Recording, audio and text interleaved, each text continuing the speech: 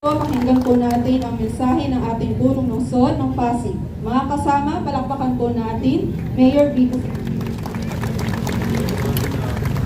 Thank you po. Magandang umaga sa ating lahat. Vice Mayor Dodot, ating sangguniang panlungsod, sa mga kaunin ng ating nasyonal at lokal na pamahalaan. Muli po, magandang umaga sa ating lahat.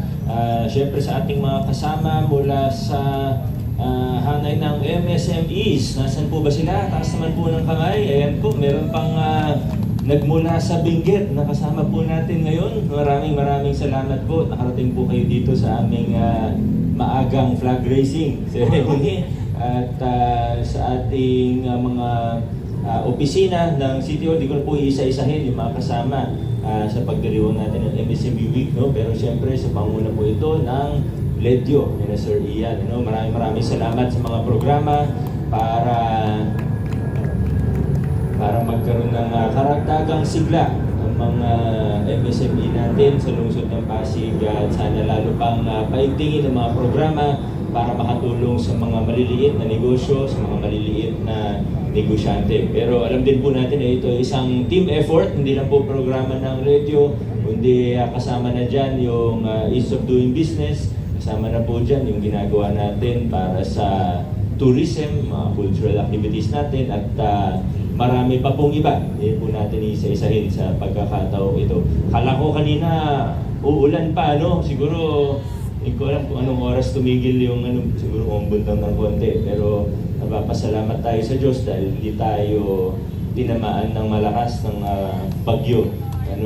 Pero inaasahan pa rin at in-anticipate pa rin natin na malakas pa rin ang pag-ulan ngayong buong linggo hanggang sa susunod ng mga linggo dahil sa ulan at tubig na dala ng habagat. Kaya naka-high alert pa rin tayo.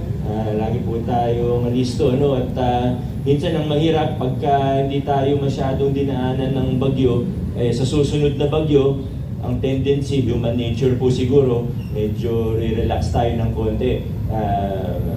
Kahit di natin sabihin, minsan yun yung nangyayari. Pero kailangan tuwing may ganyan na hindi naman natin alam kung lilis ba yan, didiretso ba sa atin, lalakas ba, o hihina. Wala naman talagang, kahit na sabihin natin may weather forecast, alam naman po natin, yan, yung DRMO natin, nandiyan po sa dulo, alam naman po natin ang nature ng isang bagyo. Diba? Hindi natin talaga 100% mahuhulaan. Meron ng forecast na mag-guide po sa atin. Kaya kailangan talagang po tayo on high alert tuwing may posible. Kahit posibilidad lang, kailangan high alert po tayo. Kaya sa mga kasama na nag-overtime, Biyernes, Sabado, Linggo, maraming salamat po. Yun lang po muna. Sana suportahan po natin ang mga programa ng Ledyo at iba pang opisina para sa ating MSME Week at mga programa kagaya na lang ng tapat na siguro hindi pa na ma-maximize ng ating mga kapwa Pasigenyo.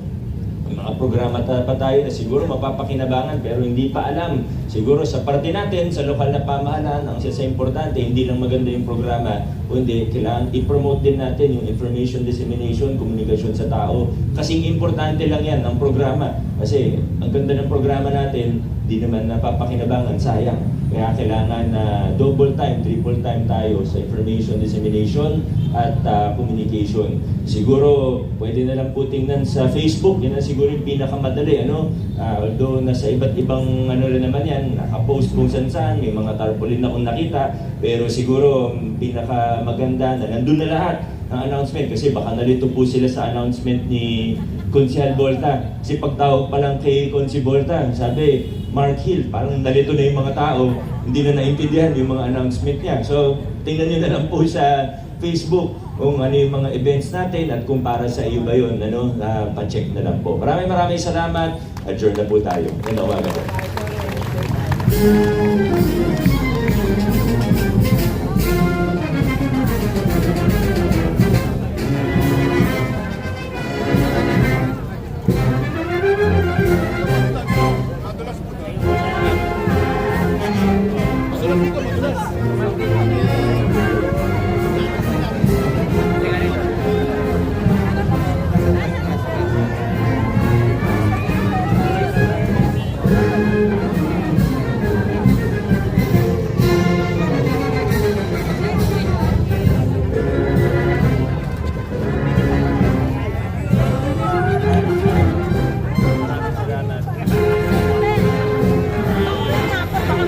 Ano